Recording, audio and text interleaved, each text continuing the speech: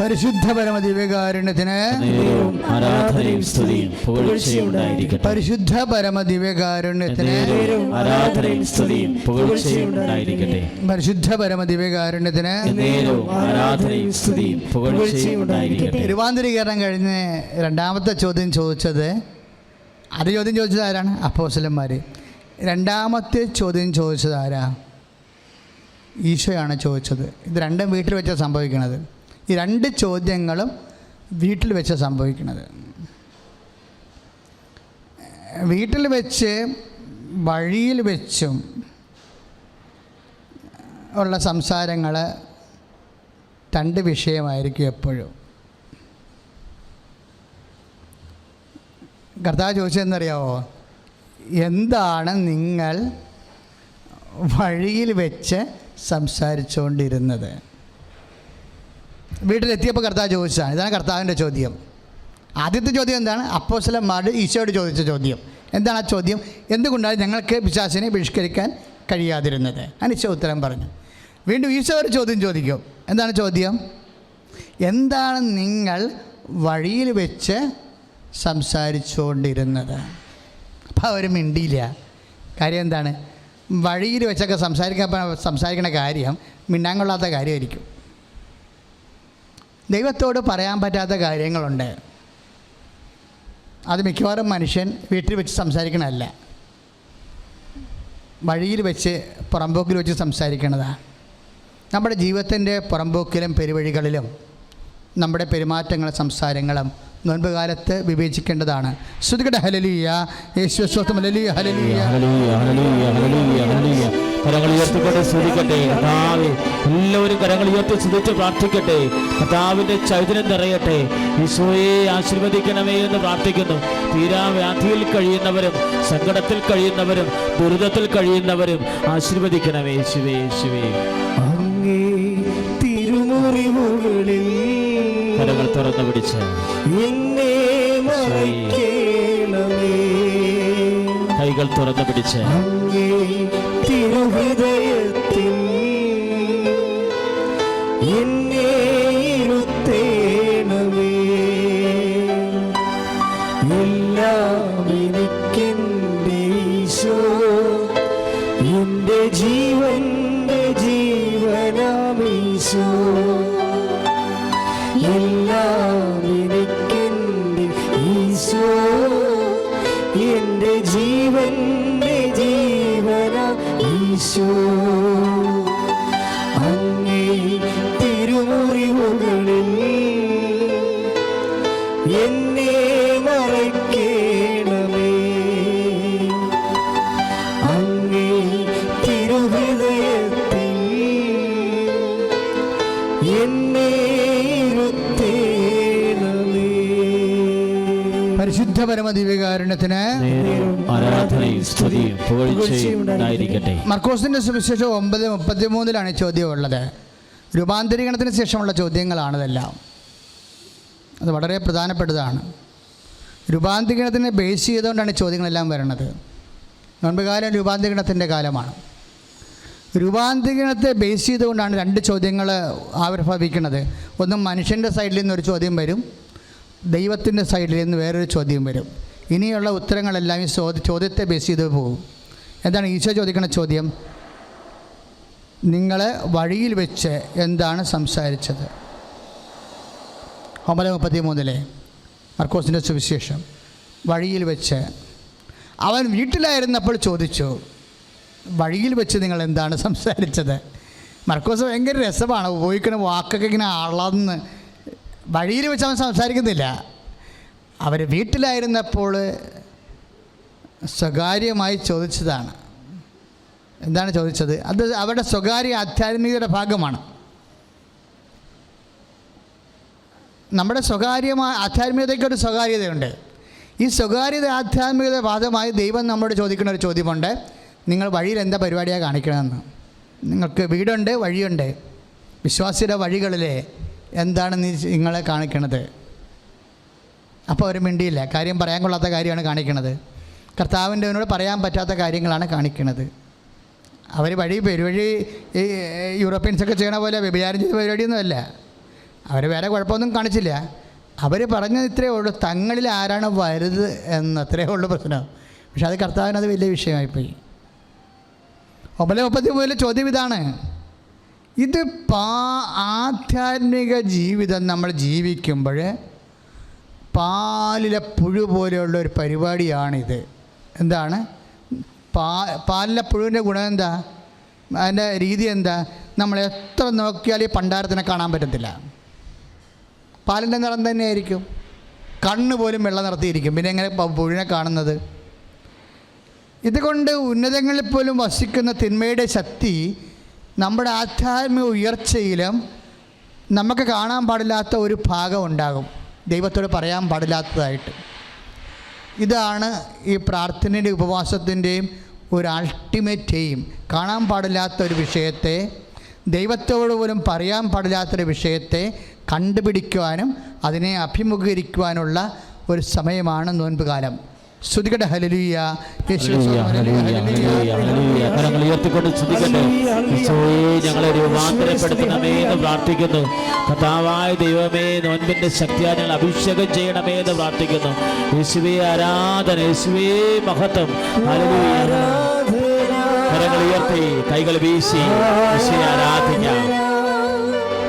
യേശുവേ ആരാധന, യേശുവേ ആരാധന, യേശുവേ ആരാധന,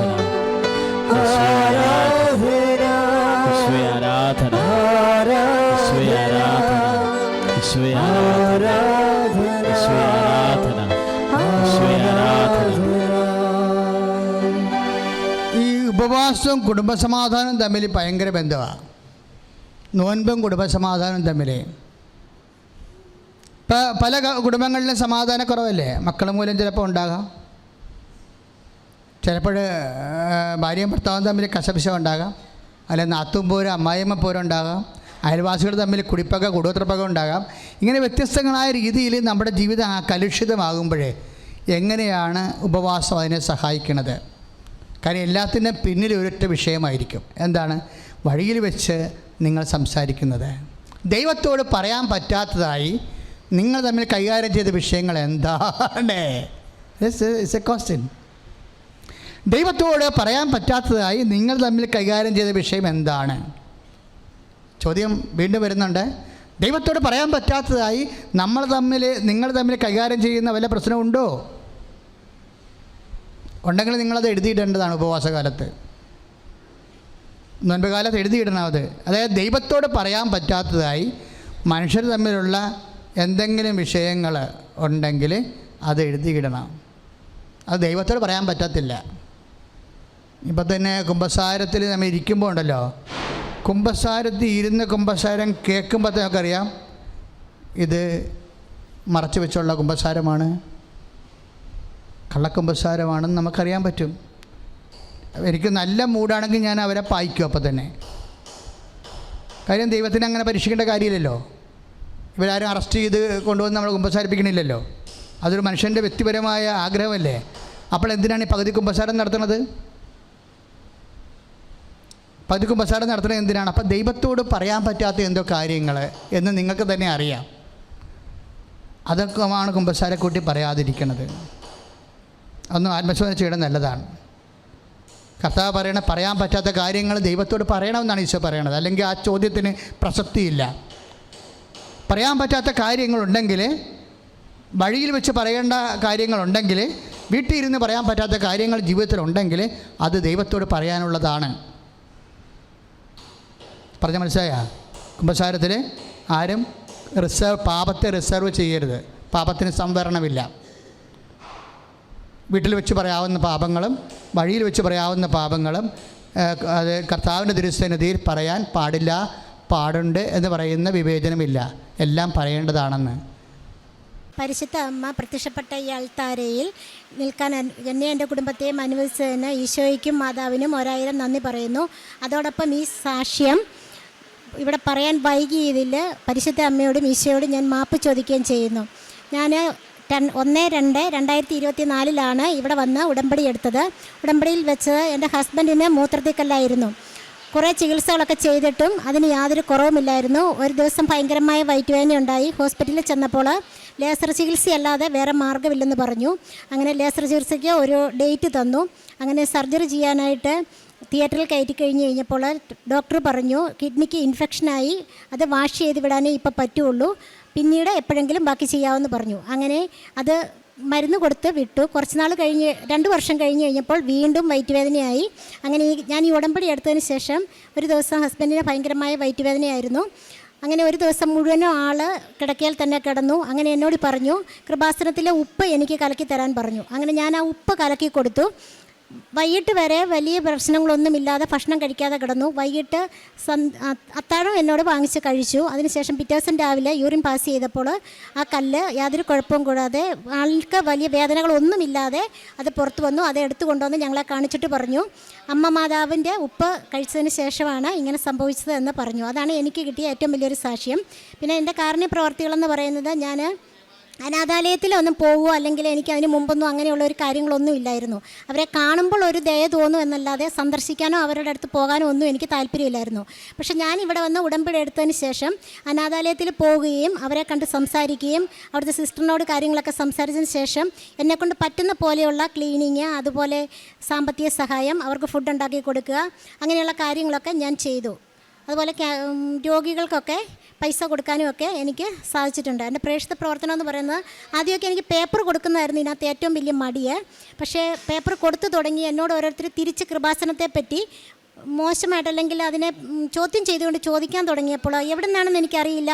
പെട്ടെന്ന് എനിക്കൊരു നല്ലൊരു ശക്തി കിട്ടുകയും ഞാൻ മാതാവിനെക്കുറിച്ചും ഇവിടെ നടക്കുന്ന അത്ഭുതത്തെക്കുറിച്ചും എനിക്ക് കിട്ടുന്ന അനുഗ്രഹങ്ങളെക്കുറിച്ചൊക്കെ എനിക്ക് അവരോട് പറയാനും അവരുടെ അടുത്ത് നന്നായിട്ട് കൃപാസനത്തെ അമ്മയുടെ അനുഗ്രഹത്തെക്കുറിച്ച് പറയാനൊക്കെ ഉള്ള ഒരു ശക്തി ലഭിച്ചു. അങ്ങനെ ഞാൻ പേപ്പറുകൾ എല്ലാ വിധത്തിലുള്ള ആളുകളിലേക്കും എത്തിക്കാൻ തുടങ്ങി. പിന്നെ എൻ്റെ ജീവിതത്തിൽ എനിക്ക് സംഭവിച്ചത്, ഞാൻ വ്യക്തിപരമായിട്ട് അങ്ങനെ ബൈബിൾ വായിക്കില്ലായിരുന്നു. കുടുംബ പ്രാർത്ഥനയുടെ സമയത്ത് മാത്രമുള്ള ബൈബിൾ വായനയേ ഉള്ളായിരുന്നു. പക്ഷേ ഇപ്പോൾ ബൈബിൾ സ്വന്തമായിട്ട് വായിക്കുന്നുണ്ട്. അതിന് പൂർണ്ണമായിട്ട് അതിനെ മനസ്സിലാക്കി വായിക്കാനും ദൈവത്തിൻ്റെ ഹിതം അനുസരിച്ച് മുന്നോട്ട് പോകാനൊക്കെ എനിക്കൊരു ഇത് കിട്ടുന്നുണ്ട്. പിന്നെ കൊന്ത ചെല്ലാൻ, കൂടുതൽ സമയം പ്രാർത്ഥിക്കാൻ, അതുപോലെ വിശുദ്ധ കുർബാനയോട് കൂടുതൽ സ്നേഹവും ബഹുമാനവും തോന്നി തുടങ്ങിയതും ഈ ഉടമ്പടി എടുത്തതിന് ശേഷമാണ്. അല്ലെങ്കിൽ എത്രയും പെട്ടെന്ന് തീരുന്ന കുർബാനയ്ക്ക് പോകുന്നതായിരുന്നു എനിക്ക് ഏറ്റവും ഇഷ്ടം. പക്ഷേ ഇപ്പം അങ്ങനെയല്ല, കുർബാനയോട് എനിക്ക് ഭയങ്കരമായിട്ട് സ്നേഹവും ഒരിഷ്ടവും ആദരവും ഒക്കെ ഉണ്ട്. അങ്ങനെ വിശുദ്ധ കുർബാന കഴിവതും ഞാൻ മുടക്കാറില്ല. ഉടമ്പടി എടുത്തതിന് ശേഷം ഞാനും എൻ്റെ കുടുംബവും വിശുദ്ധ കുർബാനയ്ക്ക് പോകും. ഇനി എൻ്റെ മകൾക്ക് കിട്ടിയ ഒരു ഏറ്റവും വലിയൊരു അത്ഭുതവും അനുഗ്രഹവുമാണ് അത് മകൾ. എൻ്റെ പേര് ജുവൽ വിൽസൺ. ഞാൻ 2018 +2 പാസ്സായതാണ്. ഹയർ സ്റ്റഡീസിന് മെഡിക്കൽ ഫീൽഡ് ചൂസ് ചെയ്യണമെന്നും പറഞ്ഞിരുന്ന ഞാൻ പെട്ടെന്നാണ് CA പഠിക്കണമെന്നും പറഞ്ഞ് പോയത്. എന്താണങ്ങനെ തോന്നിയതെന്ന് അറിയില്ല, പക്ഷെ പെട്ടെന്ന് എടുത്തൊരു തീരുമാനമായിരുന്നു. സയൻസ് പഠിച്ചിറങ്ങി ഞാൻ CA പഠിക്കാൻ പോയപ്പോൾ തന്നെ നല്ല ബുദ്ധിമുട്ടോടെ തന്നെയാണ് ആദ്യത്തെ ലെവൽ ഫൗണ്ടേഷൻ പാസ്സായത്. പിന്നെ 2020 ഞാൻ ഇൻ്റർമീഡിയറ്റ് കോഴ്സിന് ജോയിൻ ചെയ്തത്. 5 തവണ എക്സാം എഴുതിയിട്ടും പഠിച്ചതിന് യാതൊരു ഫലവുമില്ലാതെ നല്ല റിസൾട്ട് ഒന്നും കിട്ടിയില്ല. ഇത്രയും തവണ എക്സാം എഴുതി ഫെയിലായപ്പം വീട്ടിൽ അപ്പനും അമ്മയ്ക്കും ടെൻഷനായി. പിന്നെ എല്ലാവരും തന്നെ നിരുത്സാഹപ്പെടുത്താൻ തുടങ്ങി. നിനക്ക് പറ്റിയതല്ല, വേറൊരു ഫീൽഡ് നമുക്ക് നോക്കാം, നിർത്താൻ പറഞ്ഞു. പക്ഷേ ഇവിടുന്ന് പോകാനായിട്ടൊരു മനസ്സ് തോന്നിയില്ല.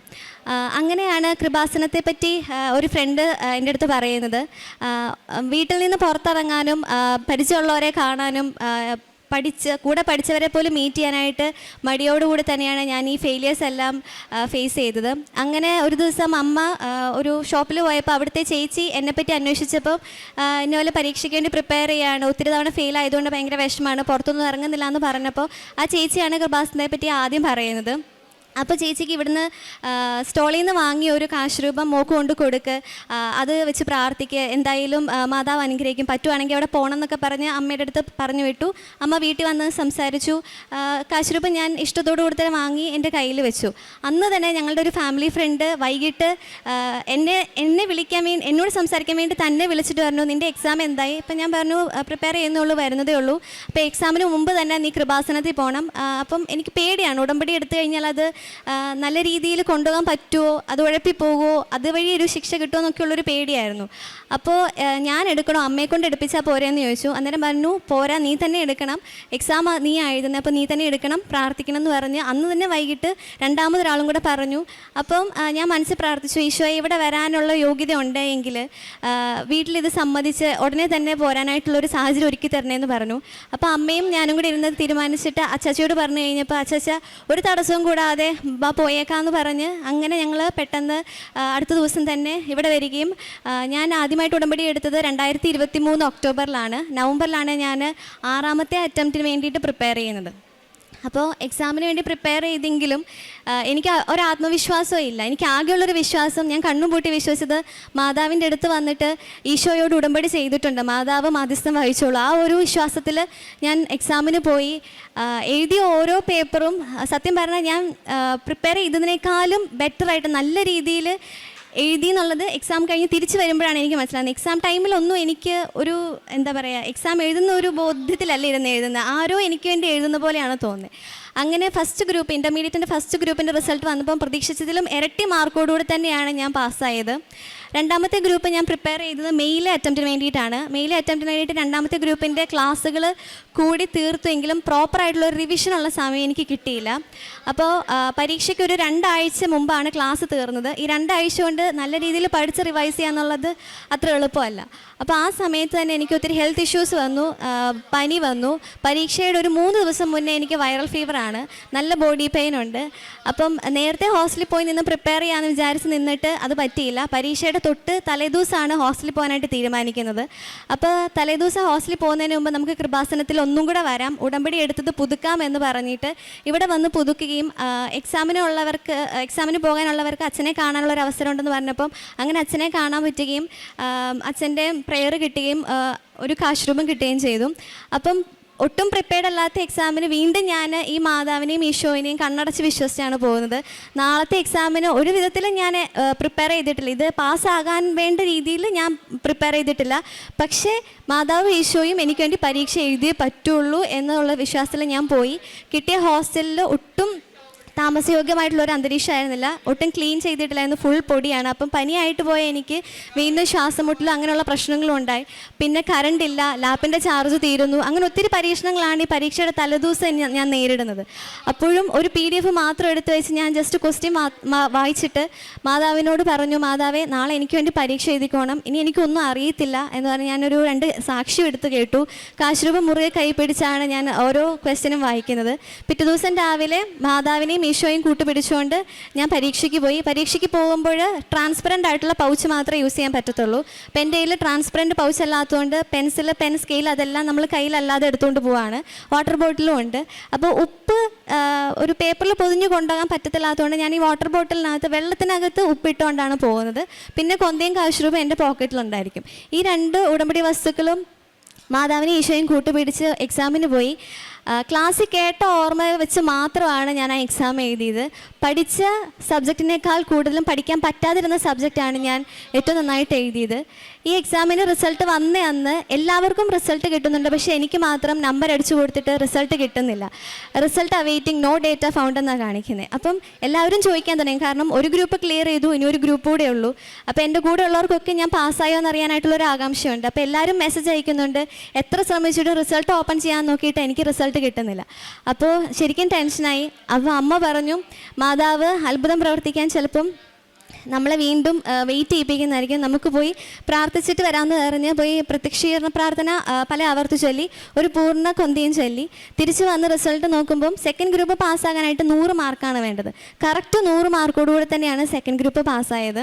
അങ്ങനെ ഏറ്റവും വലിയ പരീക്ഷണങ്ങളിലും അത്ഭുതങ്ങളിലൂടെയും കടന്നു പോയാണ് ഞാൻ ഈ 2 എക്സാം പാസ്സായത്. ഇപ്പോൾ എനിക്ക് മനസ്സിലായി ഞാൻ എന്തിനാണ് ഇത്രയും ടഫായിട്ടുള്ള കോഴ്സ് എടുത്തതെന്നുള്ളത്. എൻ്റെ ആത്മീയ ജീവിതം മെച്ചപ്പെടുത്താനും ഈശോയിലേക്കും മാതാവിലേക്കും കൂടുതൽ അടുപ്പിക്കാനും ഉള്ളൊരു മാർഗ്ഗമായിട്ടാണ് ഞാനിതിനെ കാണുന്നത്. കാരണം പ്രാർത്ഥിക്കും, കുർബാനയ്ക്ക് പോകും, കുടുംബ പ്രാർത്ഥനയ്ക്ക് ഇരിക്കുമെന്നൊക്കെ പറഞ്ഞാലും ഈശോയോടും മാതാവിനോടും ഇഷ്ടപ്പെട്ടും സ്നേഹിച്ചും ഒരു ആത്മബന്ധത്തിലേക്ക് വന്നത് ഈ ഒരു ഉടമ്പടി എടുത്ത് ഓരോ അനുഗ്രഹങ്ങളും കിട്ടിയതിന് ശേഷമാണ്.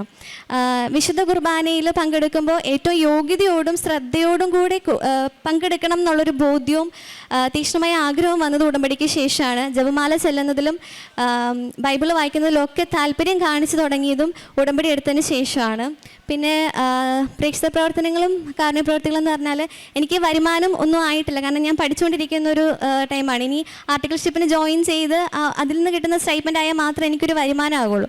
അപ്പോൾ അതിന് മുന്നേ എൻ്റെ കയ്യിലുള്ള ചെറിയ കുഞ്ഞു എമൗണ്ട് വെച്ച് ഞാൻ പറ്റുന്നവർക്കൊക്കെ സഹായം ചെയ്തു കൊടുക്കുമ്പോൾ ഞാൻ ഈശോയോട് പറയും, ഈശോ എനിക്ക് ഇത്രയേ ഉള്ളൂ സാഹചര്യം, അപ്പം ഞാൻ ഇതിൽ നിന്ന് ചെയ്യുന്ന ഈ നന്മ പ്രവൃത്തി നീ എനിക്കൊരു യോഗ്യതയായിട്ട് കണക്കാക്കണമെന്ന് പ്രാർത്ഥിച്ചിട്ട് സഹായങ്ങൾ ചെയ്യും. പിന്നെ പത്രം കൊടുക്കാൻ മടിയില്ലാതെ തന്നെ ഇഷ്ടത്തോടു കൂടെ തന്നെ പത്രം കൊടുക്കാൻ ഇറങ്ങുന്നതിന് മുന്നേ തന്നെ ഞാൻ പ്രാർത്ഥിക്കും, ഈശോയെ ഈ പത്രങ്ങൾ വാങ്ങിക്കുന്നവർക്ക് അനുഗ്രഹങ്ങൾ കൊടുക്കണേ, എല്ലാവരും സന്തോഷത്തോടെ സ്വീകരിക്കാനായിട്ട് ഒരുങ്ങണമെന്ന് പറഞ്ഞ് പ്രാർത്ഥിച്ചിട്ട് ഒരു പത്രം പോലും ആരും ഇതുവരെ നിരസിച്ചിട്ടില്ല. ഒരുപാട് പത്രങ്ങൾ കൊടുത്തിട്ടുണ്ടെങ്കിലും ഒരു പത്രം പോലും ആരും നിരസിച്ചിട്ടില്ല. എല്ലാവരും ചോദിച്ച് വാങ്ങിയിട്ടുണ്ട്, ഇഷ്ടത്തോടെ വാങ്ങിയിട്ടാണുള്ളത്.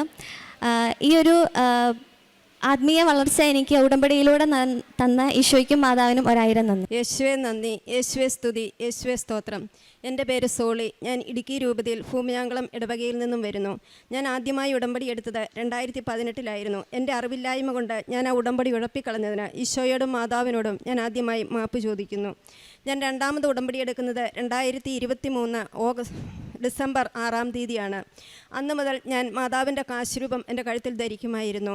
ഒരു ദിവസം ഞാൻ തൊഴിലുറപ്പിന് പോകുമ്പോൾ അന്ന് ഞാനിട്ടിരുന്ന പടുത ഒരു കുറ്റിയിൽ തട്ടുകയും ഒരു കയ്യാലയിൽ നിന്ന് താഴെ വിടാൻ തുടങ്ങുകയും ചെയ്തു. കമിഴ്ന്നു പോയ സമയത്ത് എന്നെ പുറകിൽ നിന്നൊരു ചേച്ചി പിടിച്ച് നേരെ നിർത്തി. ഒരു തരി മണ്ണ് പോലും എൻ്റെ ദേഹത്ത് പറ്റാൻ അമ്മ മാതാവ് അനുവദിച്ചില്ല. അതിന് അമ്മയ്ക്കും ഈശോയ്ക്കും ഞാൻ നന്ദി പറയുന്നു. അതുപോലെ രണ്ടാമത് ഞങ്ങളുടെ വീട് ജപ്തിയിലേക്ക് വന്നപ്പോൾ ഞങ്ങൾക്ക് യാതൊരു വഴിയുമില്ലായിരുന്നു അടയ്ക്കാൻ. അപ്പോൾ അച്ഛൻ്റെ ടോക്കിൽ ഞാൻ കേട്ടിരുന്നു, ജപ്തി വഴിമുട്ടിയ അവസരങ്ങളിൽ നമുക്ക് വന്ന അച്ഛനെ കാണാനും അച്ഛൻ മാതാവിൽ നിന്ന് നമുക്ക് മെസ്സേജ് എടുത്ത് തരുമെന്നും അച്ഛൻ പറഞ്ഞിരുന്നു. അത് കേട്ട് ഞാൻ അന്ന് തന്നെ ആ പേപ്പറുമായിട്ട് ഇവിടെ വന്ന് അച്ഛനെ കണ്ട് അച്ഛൻ ആ പേപ്പർ വെച്ച് പ്രാർത്ഥിച്ച് എനിക്കൊരു കാശുരൂപം തന്ന് അത് പറമ്പിൽ കൊണ്ടുപോയി കുഴിച്ചിടാൻ പറഞ്ഞു. ഞാനത് കുഴിച്ചിട്ടതിൽ വിശ്വാസപ്രമാണം ചൊല്ലി അത് കുഴിച്ചിട്ടതിൽ പിന്നെ ഇന്ന് വരെയും ആ ജപ്തിയിൽ ഒരു നടപടിയും ഇതുവരെയും ഉണ്ടായിട്ടില്ല. അതിനും ഞാൻ അമ്മയ്ക്കും ഈശോയ്ക്കും നന്ദി പറയുന്നു. അതുപോലെ 52 വയസ്സിൽ ഞാൻ കാരുണ്യ പ്രവർത്തികൾ ചെയ്യുമായിരുന്നു. അപ്പോൾ എനിക്ക് നിത്യജീവിതത്തിൻ്റെ താക്കോലായ ഈ ഉടമ്പടി ജീവിതത്തിൽ ജീവിക്കണമെന്നുള്ള ആഗ്രഹം കൊണ്ട് ഞാൻ അമ്മയോട് പ്രാർത്ഥിച്ചു, അമ്മേ എനിക്ക് ജീവിച്ചു പോകാൻ ഒരു ജീവിതമാർഗം തരണം. എനിക്ക് 52 വയസ്സുണ്ട്.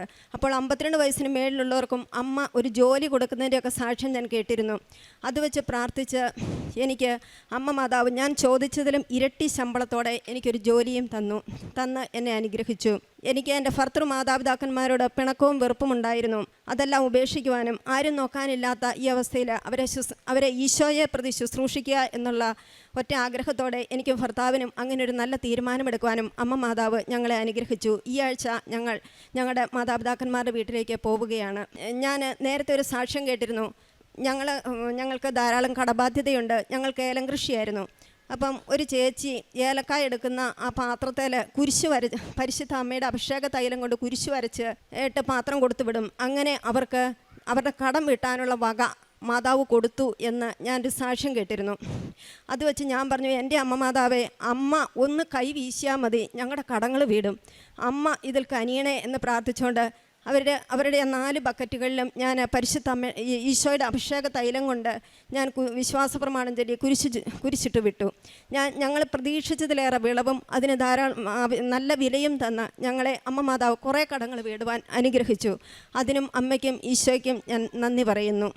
പ്രേക്ഷിത പ്രവർത്തനങ്ങളായിട്ട് ഞാൻ പത്രം കടകളിൽ, പിന്നെ വീടുകളിൽ, ടൗണിൽ, ആശുപത്രികളിൽ കൊണ്ട് കൊടുക്കുമായിരുന്നു. പൊതിച്ചോറ് കൊടുക്കുമായിരുന്നു. പത്രം കൊണ്ട് ചെല്ലുമ്പോൾ ചിലർ ചോദിക്കും, ചേച്ചിക്ക് വേറെ പണിയൊന്നുമില്ലേ, ചേച്ചി എന്തിനാ ഇങ്ങനെ നടക്കുന്നത്? അന്നേരം ഞാൻ പറയും, ചേട്ടാ എനിക്കും നിനക്കും വേണ്ടി കുരിശിൽ മരിച്ച് ഉയർത്തെഴുന്നേറ്റ ഈശോ 2025 വർഷം മുമ്പ് എനിക്കും നിനക്കും വേണ്ടി കുരിശിൽ മരിച്ച് ഉയർത്തെഴുന്നേറ്റ ഈശോ ഇന്നും നമ്മുടെ പ്രശ്നങ്ങളിൽ ഇടപെടാൻ വേണ്ടി പരിശുദ്ധ അമ്മയെ അയച്ചിരിക്കുന്നതിൻ്റെ സാക്ഷ്യങ്ങളാണ് ഇത് മുഴുവൻ. ചേട്ടൻ ഇതൊന്ന് വായിക്കണം. ചിലർ പറയും, ഞാൻ വായിച്ചോളാം, ഞങ്ങൾക്കറിയാം, ഞങ്ങളിത് വായിക്കാം എന്ന് പറഞ്ഞ് സന്തോഷത്തോടെ മേടിക്കുന്നവരുണ്ട്. പിന്നെ രോഗികൾക്ക് ഞാനിത് കൊണ്ട് കൊടുക്കുമായിരുന്നു. ആരെങ്കിലും തിരസ്കരിക്കുമ്പോൾ എനിക്ക് ഒത്തിരി സന്തോഷം തോന്നും. കാരണം അച്ഛൻ പറഞ്ഞ് ക്ലാസ്സിലൂടെ ഞാൻ കേട്ടിട്ടുണ്ട്, ആരെങ്കിലും നമ്മളെ അധിക്ഷേപിക്കുവാണെങ്കിൽ നമുക്ക് ഇരട്ടി ഇൻവെസ്റ്റ്മെൻറ്റാണ് കിട്ടുന്നതെന്ന്. അതുകൊണ്ട് എനിക്കത് വളരെ സന്തോഷമുള്ള കാര്യമായിരുന്നു. പിന്നെ കാരുണ്യ പ്രവർത്തികളായിട്ട് ഞാൻ ഞങ്ങളുടെ അടുത്തുള്ള ഒരു ഓർഫനേജിൽ പോയി അമ്മമാരെ ശുശ്രൂഷിക്കുമായിരുന്നു. അവരെ കുളിപ്പിക്കുക, അവർക്ക് ഭക്ഷണം വാരി കൊടുക്കുക, അവരോട് വളരെ സന്തോഷത്തോടെ പെരുമാറുമ്പോൾ അവർക്ക് ഒത്തിരി സന്തോഷമായിരുന്നു. ഞാൻ ഇത്രേ ചിന്തിച്ചിട്ടുള്ളൂ, അവർക്ക് പ്രതിഫലം തരാനൊന്നുമില്ല, അവർക്കുള്ള പ്രതിഫലം ഈശോയാണ്. അപ്പോൾ ഈശോ എൻ്റെ കാര്യത്തിൽ ഇടപെട്ടോളും. ഞാൻ ഈശോയുടെ കാര്യം ചെയ്ത്, ഈശോയോട് ഞാൻ പറഞ്ഞ കാര്യം ഞാൻ ചെയ്താൽ മതി, അതേ എനിക്ക് ശ്രദ്ധിക്കേണ്ടതുള്ളൂ എന്ന് ഞാൻ ഓർക്കുമായിരുന്നു. എല്ലാ ദിവസവും മുടങ്ങാതെ തന്നെ പള്ളിയിൽ പോകാൻ ശ്രദ്ധിച്ചിരുന്നു. 2 ആഴ്ച കൂടുമ്പം കുമ്പസാരിക്കാൻ ശ്രദ്ധിക്കുമായിരുന്നു. ധ്യാനം കൂടാൻ, ചൊവ്വാഴ്ച തന്നെ ആ ധ്യാനം കൂടാൻ പരമാവധി ശ്രദ്ധിക്കുന്നുണ്ട്. അരമണിക്കൂർ ബൈബിൾ വായിച്ചിട്ടാണ് ദിവസവും പള്ളിയിൽ പോകാൻ ആരംഭിക്കുന്നത്. ഇത്രയെല്ലാം അനുഗ്രഹങ്ങൾ എനിക്ക് തന്ന എൻ്റെ ഈശോയ്ക്കും അമ്മയ്ക്കും, അമ്മ ജീവനോടെ പ്രത്യക്ഷപ്പെട്ട ഈ അൾത്താരയിൽ സാക്ഷ്യം പറയാൻ എന്നെ അനുഗ്രഹിച്ച ഈശോയ്ക്കും അമ്മയ്ക്കും ഞാൻ കോടാനുകോടി നന്ദി പറയുന്നു.